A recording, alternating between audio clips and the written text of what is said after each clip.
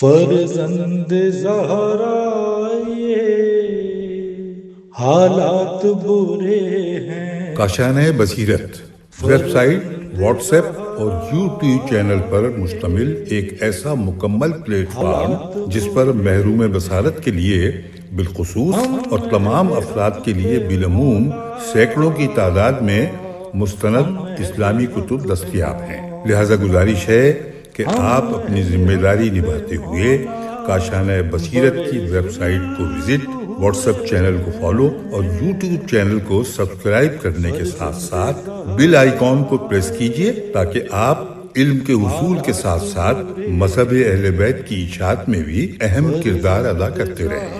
کاشانۂ بصیرت۔ حالات برے ہیں۔ السلام علیکم ورحمۃ اللہ وبرکاتہ۔ سامعین، آپ سماعت فرما رہے ہیں کتاب شہید انسانیت۔ مؤلف ہیں سید العلماء الحاج علامہ سید علی نقی النقوی صاحب۔ آج ہم آپ کے سامنے اس کی 23ویں ریکارڈنگ پیش کر رہے ہیں۔ صفحہ نمبر 341 ہے۔ 27واں باب کا آغاز ہوتا ہے۔ عنوان ہے انصار امام کے حالات اور حیرت انگیز قربانیاں۔ چونکہ آغاز جنگ کے ساتھ ساتھ انصار حسین کے مجاہدانہ خدمات کا عملی سلسلہ شروع ہو گیا تھا، اس لیے ذکر کے ساتھ بہتر معلوم ہوتا ہے کہ اصحاب و انصار کے مختلف حالات زندگی اور خصوصیات شخصی کا بھی جہاں تک علم ہو سکے تعارف ہوتا چلے۔ اس لیے واقعات کی تاریخی ترتیب کو مد نظر رکھتے ہوئے جن انصار کے کارنامے آنکھوں کے سامنے آئے ہیں، ان کی مختصر حالات سلسلے کے ساتھ درج کیے جاتے ہیں اور آپ لوگوں کے گوش گزار کیے جاتے ہیں۔ انہی حالات کے ذیل میں جنگ کی تفصیلات اور واقعات کی ترتیب کا بھی بیان ہوتا جائے گا۔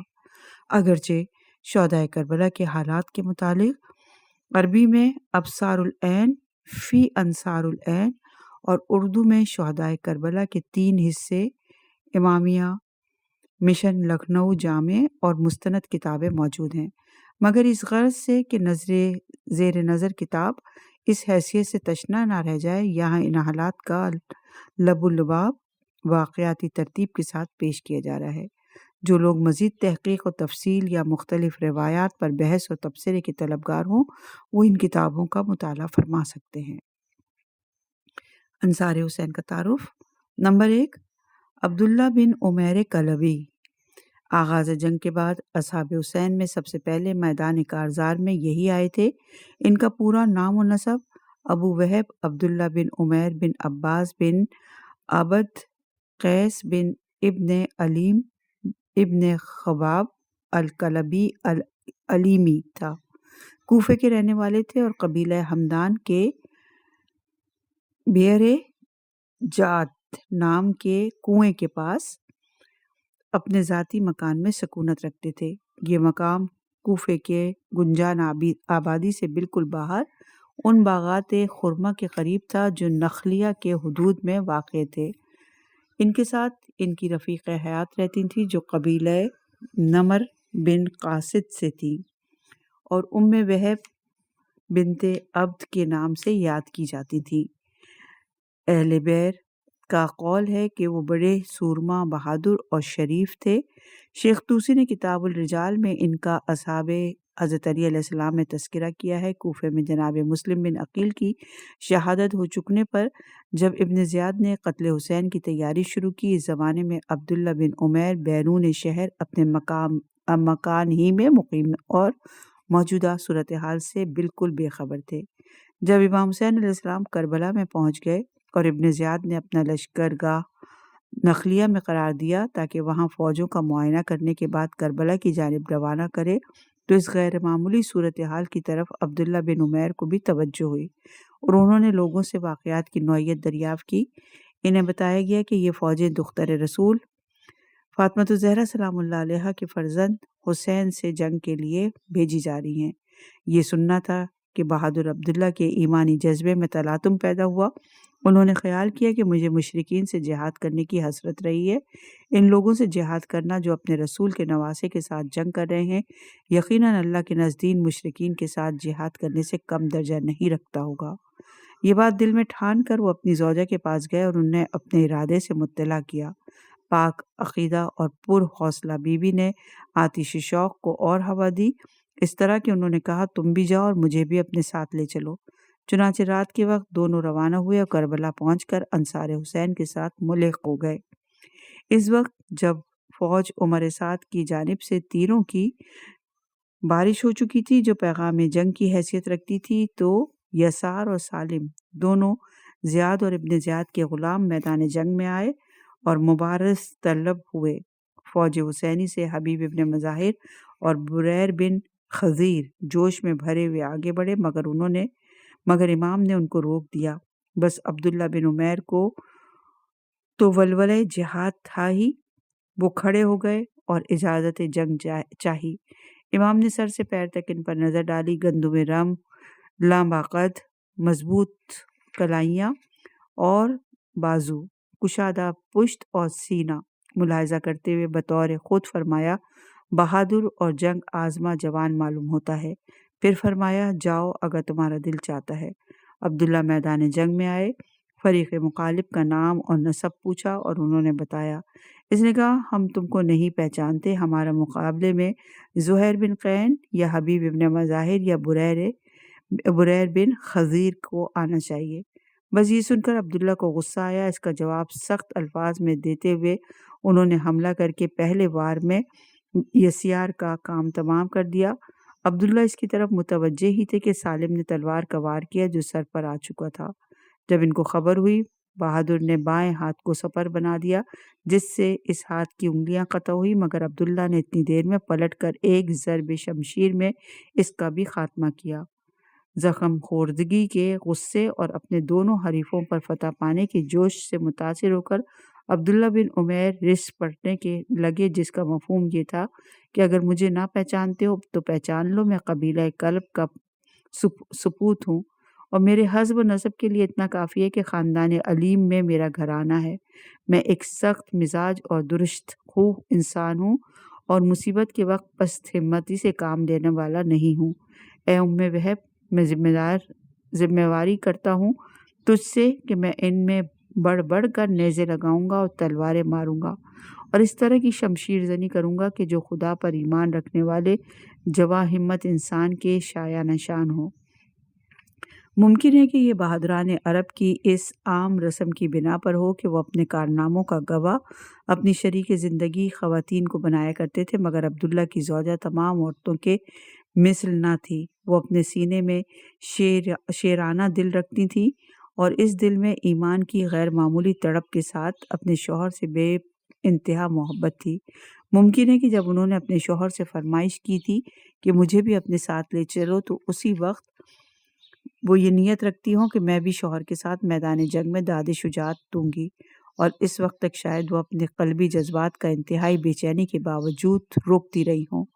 اہل حرم اور ان کی ہمراہی خواتین کو دیکھ کر جو احکام اسلام کے تحت میدان جنگ سے کنارہ کش رہتے ہوئے خیموں میں جا گزین تھی، مگر عبداللہ بن عمیر کا میدان جنگ میں مذکورہ اشعار پڑھنا اور ایک طرف ولولہ جنگ کے مظہر، دوسری طرف جوش ایمان کا مرقع اور تیسری طرف قلبی واردات اور تعلق روحانی کے ترجمان تھے، اور ان سے یہ پتہ چلتا تھا کہ وہ اس حرب اور ضرب کے عالم میں بھی اپنی شریک حیات کی یاد اپنے دل میں اور ان کی تصویر اپنی آنکھوں میں لیے ہوئے ہیں، اور اس کے ساتھ ہی شجاعت اور سرفروشی کی داد اس سے لینا چاہتے ہیں۔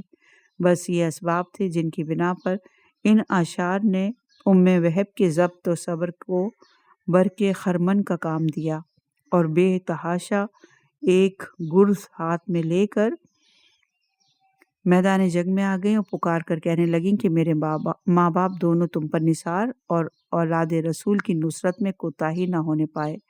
دلیر اور غیور عبداللہ کے لیے یہ منظر انتہائی صبر شکن ثابت ہوا۔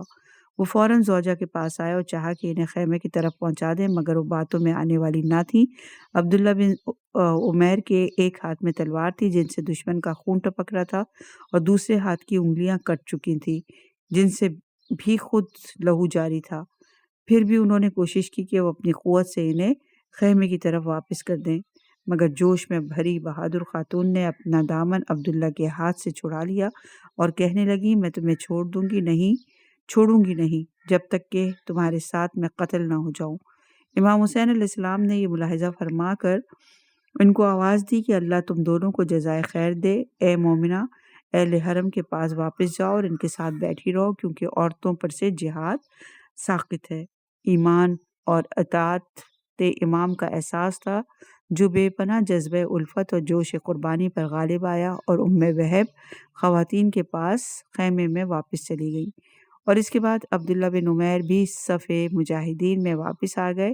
اس کے بعد وہ میسرہ کے حملے میں شریک ہوئے اور مسلم بن اوسجہ کے بعد شہادت پائی، جس کی تفصیل ہم آگے بیان کریں گے۔ نمبر 2، حر بن یزید رہائی۔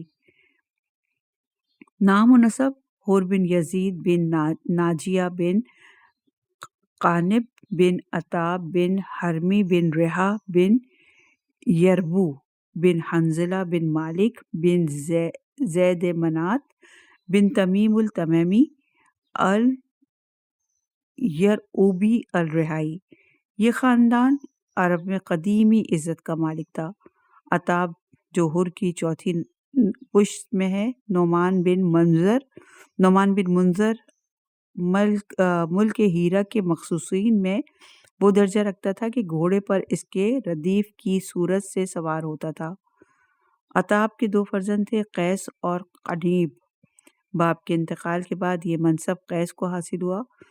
بنی شیبان نے اس سے منازعت کی، جس کے نتیجے میں یوم التحفہ کی خون ریز جنگ واقع ہوئی۔ قیس کے سلسلے میں اخوص شاعر ایک صحابی تھے جن کا نام و نسب زید بن عمر بن قیس بن عطاب کا تھا۔ طبقے کے لحاظ سے وہ حر کے باپ یزید کے چچا زاد بھائی اور حر کے رشتے کے چچا ہوتے تھے۔ حر کوفے کے رؤوسہ میں سے تھے اور ابن زیاد کی فوج میں افسر کی حیثیت رکھتے تھے، اور قادسیہ کی فوج جو ناکہ بندی کے لیے تعینات تھی اس میں یہ بھی داخل تھے۔ اس کے بعد ان کا امام حسین علیہ السلام کو روکنے کے لیے بھیجا جانا، امام کا ان کی تمام فوج کو شدت سے پیاسا دیکھ کر اپنے ساتھ کا کل پانی پلانا، اور امام سے ان کی گفتگو اور آپ کے ارادہ روانگی کے موقع پر صد راہ ہونا اور آپ کو گھیر کر میدان کربلا تک لانا، ابن زیاد کا خط پا کر آپ کو یہاں قیام کرنے پر مجبور کرنا، اور اس کے بعد صبح عاشور ان کا لشکر یزید سے علیحدہ ہو کر اصحاب حسین میں شامل ہونا۔ یہ تمام واقعات اس کتاب میں ہم نے پہلے بیان کیے۔ آغاز جنگ کے بعد جب عبداللہ بن عمیر کلبی ایک کار نمایاں انجام دے چکے، یعنی 10 لڑائی میں انہوں نے یسیار اور سالم کو قتل کر دیا، تو اس شکست کے غصے میں برفروختہ ہو کر عمر بن الحجاج نے جو میمنہ لشکر یزید پر تھا مجموعی قوت سے حسینی جماعت پر حملہ کر دیا۔ اس سخت موقع پر حسینی مجاہدوں نے گھٹنے اپنے زمین پر ٹیک دی اور نیزوں کی انیاں سامنے کر دی، جن سے دشمن کے گھوڑے اپنی جگہ ٹھہر گئے اور آگے نہ بڑھ سکے۔ اس کے بعد جب وہ لوگ واپس ہونے لگے تو انہوں نے ان کو تیروں کا نشانہ بنایا، جس سے چند آدمی ان میں قتل اور چند زخمی ہوئے۔ یہ روایت طبری جلد نمبر 6 صفحہ نمبر 246 پر اور ارشاد کے صفحہ نمبر 250 پر۔ جنگ کی شدت کو دیکھ کر بظاہر حر کو خیال ہوا کہ کہیں کوئی ناصر حسین مجھ سے پہلے نہ قتل ہو جائے۔ یہ سوچ کر انہوں نے خدمت امام میں عرض کیا، فرزند رسول، چونکہ سب سے پہلے آپ سے لڑنے کو آیا تھا، لہذا چاہتا ہوں کہ آپ مجھے اجازت دیں، سب سے پہلے میں ہی آپ کے قدموں پہ جان نثار کروں گا، اور اس طرح دنیا سے جا کر آپ کے جد بزرگوار کی دست بوسی کا شرف حاصل کروں گا۔ امام نے اجازت دے دی اور حر میدان جنگ میں پہنچے اور کچھ اشعار رسم میں پڑھنے لگے، جن کا مفہوم یہ تھا کہ میں حر ہوں اور مہمانوں کا پناہ دینے والا ہوں، میں تمہاری گردنوں پر تلواریں ماروں گا، اور اس امام کی جانب سے جو سرزمین مکہ کا سب سے بہتر رہنے والا ہے، میں تم کو تہہ تیغ کر دوں گا اور ذرا بھی اس کو ظلم نہیں سمجھوں گا۔ اس رجس کے بعد انہوں نے حملہ کرتے ہوئے شمشیر زنی شروع کر دی۔ اس کے پہلے جب حر لشکر عمر سعد سے جدا ہو کر اصحاب حسین میں شامل ہوئے تھے تو یزیدی لشکر کے ایک سپاہی یزید بن سفیان تمیمی نے کہا تھا کہ باخدا اگر میں حر کو دیکھ لیتا تو اس وقت جب وہ لشکر سے نکل رہا تھا تو ایک نیزے میں اس کا کام تمام کر دیتا۔ اب جو حر تنہا اپنے بڑے لشکر کے مقابلے میں جنگ کر رہے تھے، آگے بڑھ بڑھ کر تلواریں لگا رہے تھے، تو انترا کا یہ شعر ان کی زبان پر تھا، یعنی میں برابر ان پر پھینکتا رہا اپنے گھوڑوں کی گردن اور اس کے سینے کو، یہاں تک کہ اس گھوڑے نے سر سے پاؤں تک خون کی چادر اوڑھ لی۔ یہ روایت بھی تبری جلد نمبر 6 صفحہ نمبر 240 پر۔ اور یہ شعر حقیقتاً ان کے حسب حال تھا، کیونکہ ان کا گھوڑا زخمی ہو چکا تھا، اس کے سر اور چہرے پر تلواریں پڑ چکی تھیں اور خون بہہ رہا تھا۔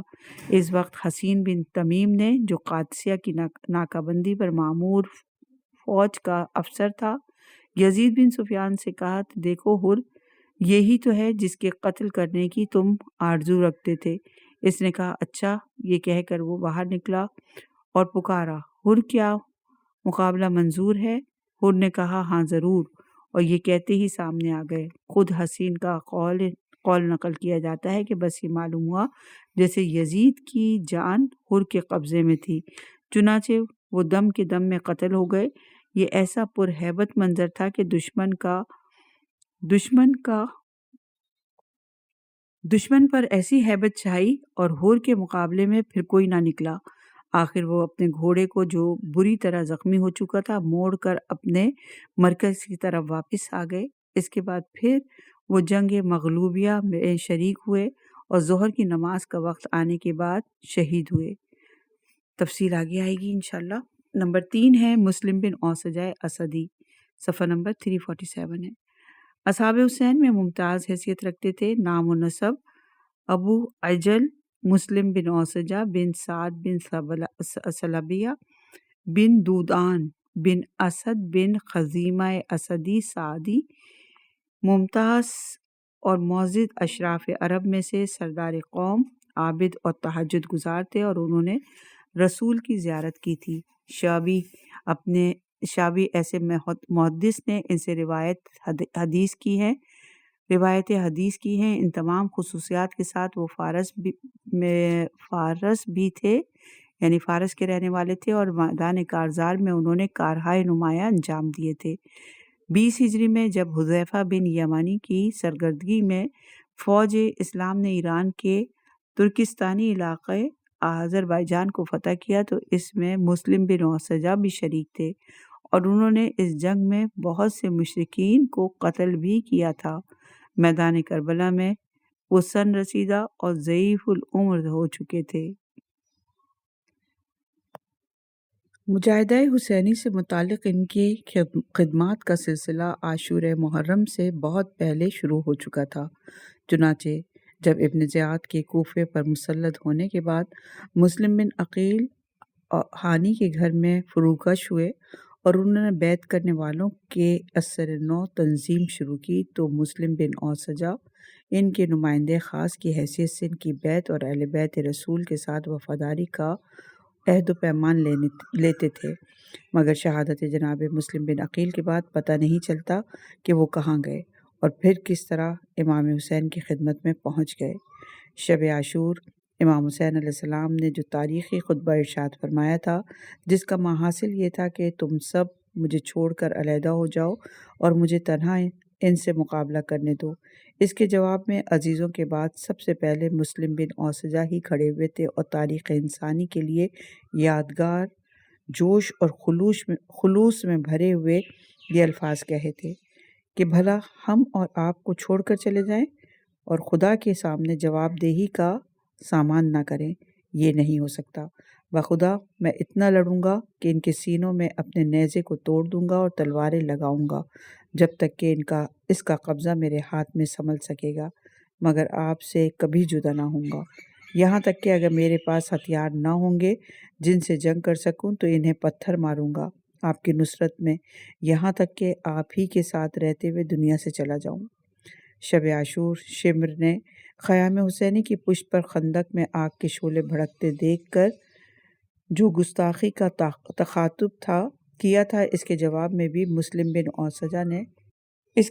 میں بھی مسلم بن اوسجہ نے غیظ میں آ کر اس کو اپنے تیر کا نشانہ بنانا چاہا، مگر امام کے مانع ہونے کی وجہ سے خاموش ہو گئے تھے۔ اب جنگ چھڑنے کے بعد کہاں ممکن تھا کہ معرکہ کارزار میں وہ کسی سے پیچھے رہ جاتے۔ وہ بڈھے ضرور تھے مگر نصرت حسین میں ان کا جوش اور ولولہ جوانوں سے بدرجہ بڑھا ہوا تھا۔ اسی کا نتیجہ تھا کہ اصحاب امام میں سب سے پہلے ہی درجہ شہادت پر فائز ہوئے۔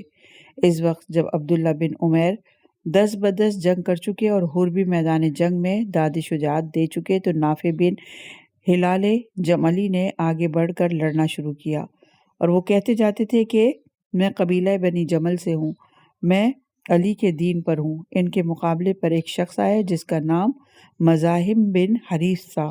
اس نے کہا میں عثمان کے دین پر ہوں۔ نافع نے غصے میں بھرے ہوئے جواب کے ساتھ اس پر حملہ کیا اور اس کو قتل کر دیا۔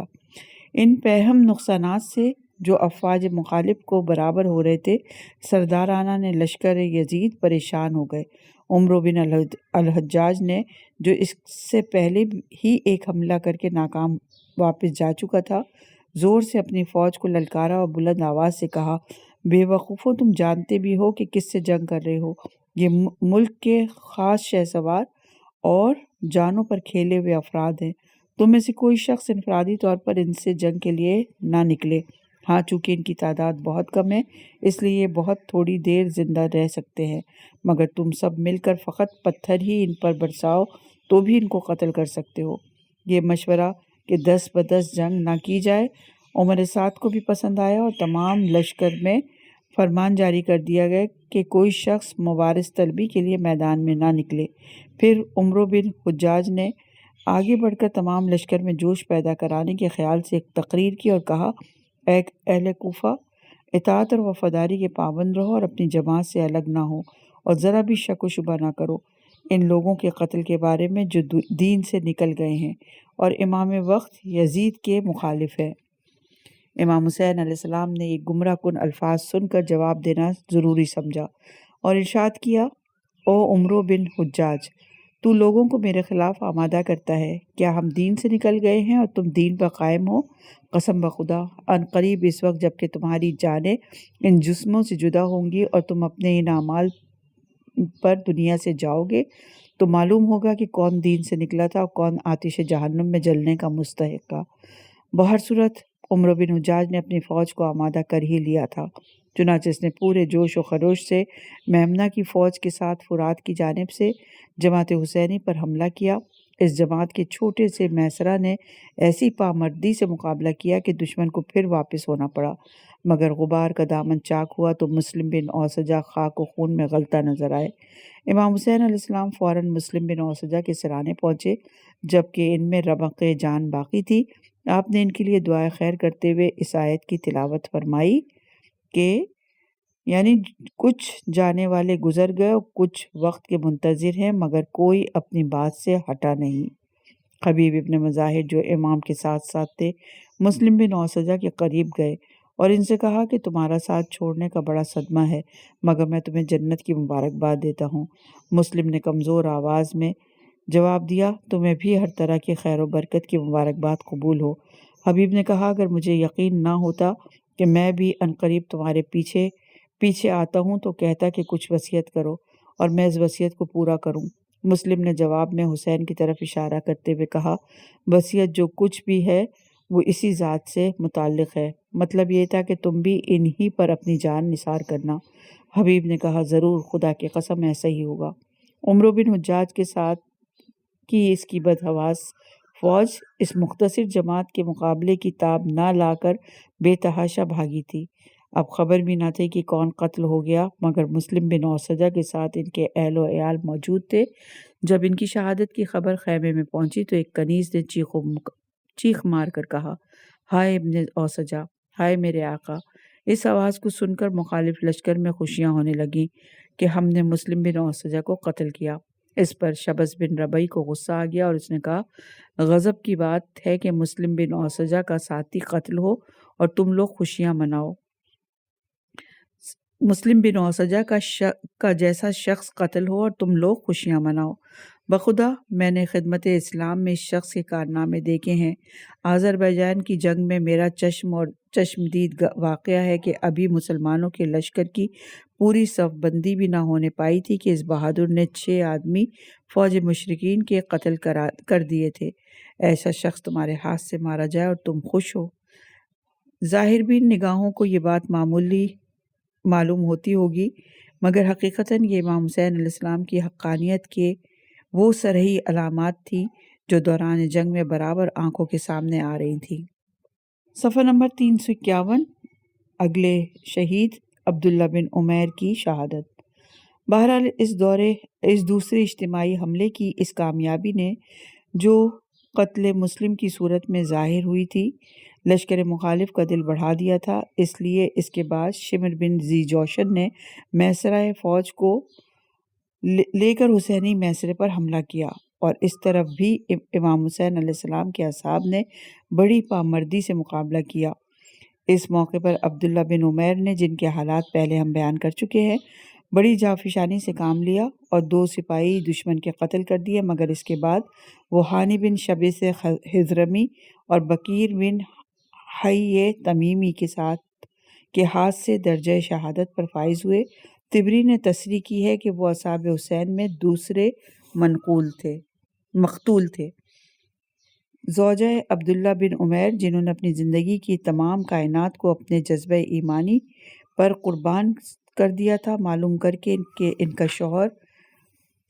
ان کا عزیز شوہر ہمیشہ کے لیے ان سے جدا ہو گیا اور وہ کربلا کی تپتی زمین پر اپنے خون کی سرخ چادر اوڑھے موت کی نیند سو رہا ہے، ایک مرتبہ پھر بے چین ہو کر اس ارادے سے نہیں کہ وہ جنگ کریں گی یا اپنے شوہر کی خون کا بدلہ لیں گی، صرف اس لیے کہ وہ اپنے شوہر کی لاش کو دیکھ لے، میدان میں پہنچی۔ وہ شوہر کے سرانے بیٹھ کر ان کے چہرے سے گرد و غبار صاف کرتی اور کہتی جاتی تھی، تمہیں جنت مبارک ہو، بہشت کی سیر کرنا مبارک ہو۔ مگر دشمن کا ظلم و تشدد اس حد پر تھا کہ شمر نے اپنے غلام کو، جس کا نام رستم تھا، آواز دی کہ اس کا بھی کام تمام کر دے۔ وہ بڑھا اور اس نے اس ستم رسیدہ اور دل خستہ خاتون کے سر پر ایسا گرز مارا کہ وہ شہید ہو گئی، اور اس طرح کربلا کے خونی معرکے میں ایک قابل احترام خاتون کا مقدس لہو بھی شامل ہو گیا۔ صفحہ نمبر 352 اور اگلے شہید ہیں بریر بن خضیر حمدانی، سن رسیدہ تابعی، عبادت گزار اور حافظ قرآن، حضرت علی ابن ابی طالب کے اصحاب میں سے کوفے کے باشندے اور قبیلہ حمدان کے اشراف میں سے ابو اسحاق حمدانی سبعی مشہور محدث اور حافظ کے ماموں تھے۔ مسجد کوفہ میں لوگوں کو قرآن کی تعلیم دیتے تھے۔ لوگ ان کو سید القراء یعنی حافظ قرآن کا سردار کہتے تھے۔ راستے میں کہیں پر پہنچ کر امام حسین علیہ السلام کے ساتھ ہوئے اور حر کی ملاقات کے بعد جو خطبہ امام نے ارشاد فرمایا تھا، اس کے جواب میں زہیر بن قین اور نافع بن ہلال کی تقریروں کے بعد انہوں نے بھی ایک مختصر سی تقریر کی تھی، جس کا ذکر ہم پہلے کر چکے۔ عبد الرحمن بن عبد ربا سے ان کی اطمینانی گفتگو کا تذکرہ بھی اس سے قبل اس کتاب میں آ چکا۔ جب بریر نے کچھ مزاح کیا اور عبد الرحمن نے کہا یہ مذاق کا وقت نہیں ہے، تو بریر نے جواب دیا، خدا کی قسم میرے قوم اور قبیلے والے اس سے واقف ہیں کہ مجھے جوانی سے لے کر اس عمر تک کبھی مذاق سے دلچسپی نہیں رہی، مگر اس وقت تو اپنے مستقبل کے تصور سے میری خوشی کی انتہا نہیں کہ ادھر میدان جنگ میں تلوار چلی اور بس نتیجے میں ہمارے لیے آخرت کی زندگی اور سعادت نصیب ہوئی۔ اس سے بریر کے شوق شہادت کا پورا اندازہ ہو جاتا ہے۔ اسی جذبہ بے قرار کا نتیجہ تھا کہ وہ جنگ میں سبقت کرنا چاہتے تھے، چنانچہ سب سے پہلے جو 2 غلام زیاد ابن زیاد کے لشکر یزید سے نکلے اور انہوں نے مبارز طلبی کی تو حبیب اور بریر کھڑے ہو گئے تھے، مگر امام نے ان کو روک دیا تھا۔ جماعت حسینی میں ان کا نمایاں حیثیت رکھنا اس سے بھی ظاہر ہے کہ جب عبداللہ بن عمیر میدان میں گئے تو ان دونوں غلاموں نے کہا، ہم تم کو نہیں جانتے، ہمارے مقابلے کے لیے زہیر بن قین یا حبیب ابن مظاہر یا بریر بن خضرمی کو آگے آنا چاہیے، خضر حمدانی کو آگے آنا چاہیے۔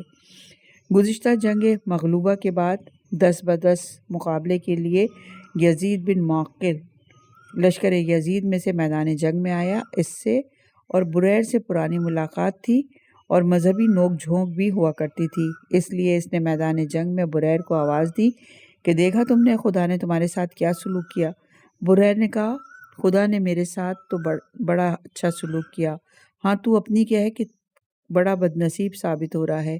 یزید بن معقل نے جواب دیا جھوٹ کہتے ہو، حالانکہ اس سے پہلے تمہیں جھوٹ بولنے کی کبھی عادت نہیں تھی۔ خیر یہ بتاؤ کہ تمہیں یاد ہے ایک دن ہم اور تم بنی لوزان کے کوچے میں ہو کر گزر رہے تھے اور تم کہہ رہے تھے کہ عثمان گناہ گار تھے اور معاویہ خود گمراہ اور دوسروں کو گمراہ کرنے والا ہے، اور امام بحق بس علی ابن ابی طالب ہیں۔ بریر نے کہا میں اب بھی اپنے اسی خیال پر قائم ہوں۔ یزید نے کہا اچھا اس پر تیار ہو کہ میں تم سے مباہلہ کروں اور ہم تم دونوں مل کر خدا سے دعا کریں کہ وہ جھوٹے پر لعنت کرے جو حق پر ہو، اس کے ہاتھ سے باطل پرست کو قتل کرا دے، پھر میں تم سے جنگ کروں۔ یزید بن معقل نے اس کو منظور کیا اور دونوں فوجوں کی آنکھیں لڑی تھیں، دونوں نے آمنے سامنے کھڑے ہو کر ہاتھ آسمان کی طرف اٹھائے اور خدا سے دعا کی، پھر جنگ میں مشغول ہو گئے۔ بس صرف 2 ضربوں کی رد و بدل ہونے پائی کہ اس طرح کہ پہلے یزید نے تلوار لگائی جو بریر پر اچھتی ہوئی پڑی اور کوئی صدمہ نہیں پہنچا، پھر بریر نے تلوار ماری جو خود کو کاٹتی ہوئی اس کے دماغ تک پہنچی اور گھوڑے سے زمین پر گر پڑا، یزید یعنی، اس حالت سے کہ بریر کی تلوار اس کے کاسے سر میں در آئی ہوئی تھی اور وہ اسے باہر کھینچ رہے تھے۔ اسی حالت میں رضی بن منقذ سے عبدی نے ان پر حملہ کیا اور بریر سے لپٹ گیا اور کشتی لڑنے لگا۔ بریر اس کو گرا کر سینے پر سوار ہو گئے۔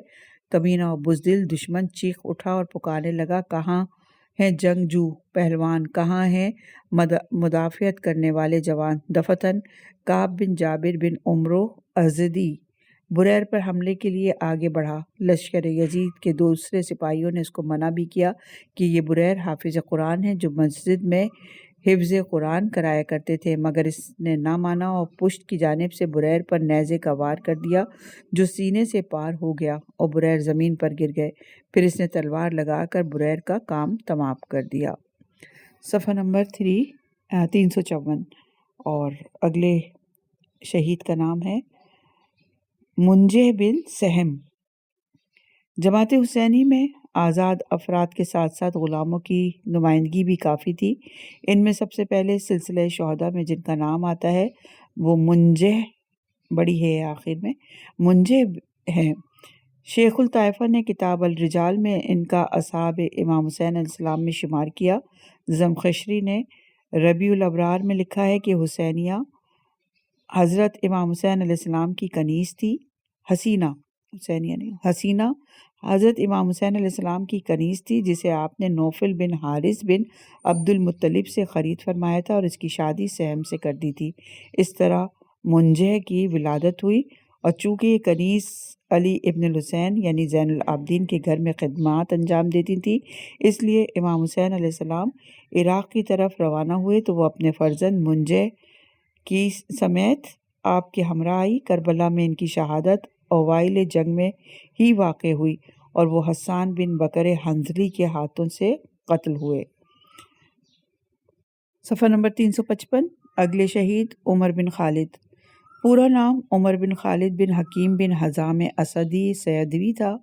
کوفے کے اشراف میں سے تھے، اہل بیت رسول کے سچے محب تھے۔ شروع میں مسلم بن عقیل کی نصرت کے لیے نکلے تھے، مگر جب اہل کوفہ نے ان کا ساتھ چھوڑ دیا اور کامیابی کی کوئی صورت نظر نہ آئی تو یہ بھی روپوش ہو گئے، یہاں تک کہ امام حسین علیہ السلام عراق کے حدود میں پہنچے اور آپ نے قیس بن محصر سیدوی کو اپنی آمد کی اطلاع کے ساتھ کوفہ روانہ کیا۔ قیس راستے میں گرفتار ہو گئے اور ان کے قتل کا حکم ہوا، مگر انہوں نے مرتے مرتے حسین کی سفارت کے حق کو ادا کر دیا، اعلان کر کے کہ امام حسین علیہ السلام مقام حجر تک پہنچ گئے ہیں، جس کو جانا ہو ان کے پاس چلا جائے۔ یہ خبر عمر بن خالد کو پہنچی تو وہ اپنے غلام سعد اور 3 دوسرے ہمراہیوں کے ساتھ غیر معروف راستے سے ہو کر بہت تیز رفتاری کے ساتھ منزل عذیب الحجنات پر امام حسین علیہ السلام کی خدمت میں پہنچ گئے، جبکہ حر بن یزید رہائی امام کی نقل و حرکت کی نگرانی کے لیے پہنچ چکا تھا۔ چنانچہ حر نے مداخلت کی اور کہا کہ یہ لوگ آپ کے ساتھ نہیں آئے تھے، اس لیے یا تو میں انہیں گرفتار کروں گا یا واپس۔ مگر امام نے فرمایا، اب جب کہ یہ میرے پاس پہنچ گئے ہیں اور میری امان میں آ گئے ہیں تو میں انہیں تمہارے سپرد نہیں کر سکتا۔ روز عاشور جنگ چھڑنے کے بعد یہ اور ان کے ساتھی وہ 5 آدمی تھے جنہوں نے بیک وقت فوج دشمن پر حملہ کیا اور لشکر میں گھس کر شمشیر زنی کرنے لگے۔ لشکر یزید نے ان بہادروں کو چاروں طرف سے گھیر لیا اور جماعت حسینی سے بالکل جدا کر دیا۔ یہ دیکھ کر امام حسین علیہ السلام نے اپنے بھائی ابو الفضل عباس کو ان کی مدد کے لیے بھیجا۔ آپ نے جا کر تنہا فوج پر حملہ کیا اور تلوار چلانا شروع کی، یہاں تک کہ لشکر کو منتشر کر دیا اور ان زخمی بہادروں کو دشمن کے حلقے سے نکال کر اپنی جماعت کی طرف واپس لے چلے۔ ابھی راستہ پورا طے نہیں ہوا تھا کہ دشمن تعاقب کے لیے آتے نظر آیا۔ عباس نے ان بہادروں کو اپنے آگے کیا اور آپ خود بغرض حفاظت پیچھے ہو گئے تاکہ ان کو کوئی گزند نہ پہنچے، مگر دشمن کے قریب پہنچتے ہی زخمی بہادروں کے جوش کی انتہا نہ رہی اور وہ عباس علیہ السلام کی حفاظت سے نکل کر دشمنوں پر جھپٹ پڑے اور باوجود یہ کہ زخموں سے بالکل بے حال تھے لیکن جان توڑ شمشیر زنی کی اور آخر ایک ہی جگہ پر گر کر شہید ہو گئے۔ عباس علیہ السلام نے مجبوراً امام کی خدمت میں واپس آ کر اس واقعے کی اطلاع دی۔ حضرت نے چند بار ان بہادروں کے لیے درگاہ باری میں رحمت طلب کی۔ یہ روایت طبری جلد نمبر 6 صفحہ نمبر 255 پر ہے۔ اپنے کلام کو یہیں روکتے ہیں۔ ابھی اصحاب امام حسین کے شہید باقی ہیں، انشاءاللہ کہ اگلی ریکارڈنگ میں ان شہداء کے بھی متعلق آپ کے گوش گزار کریں گے۔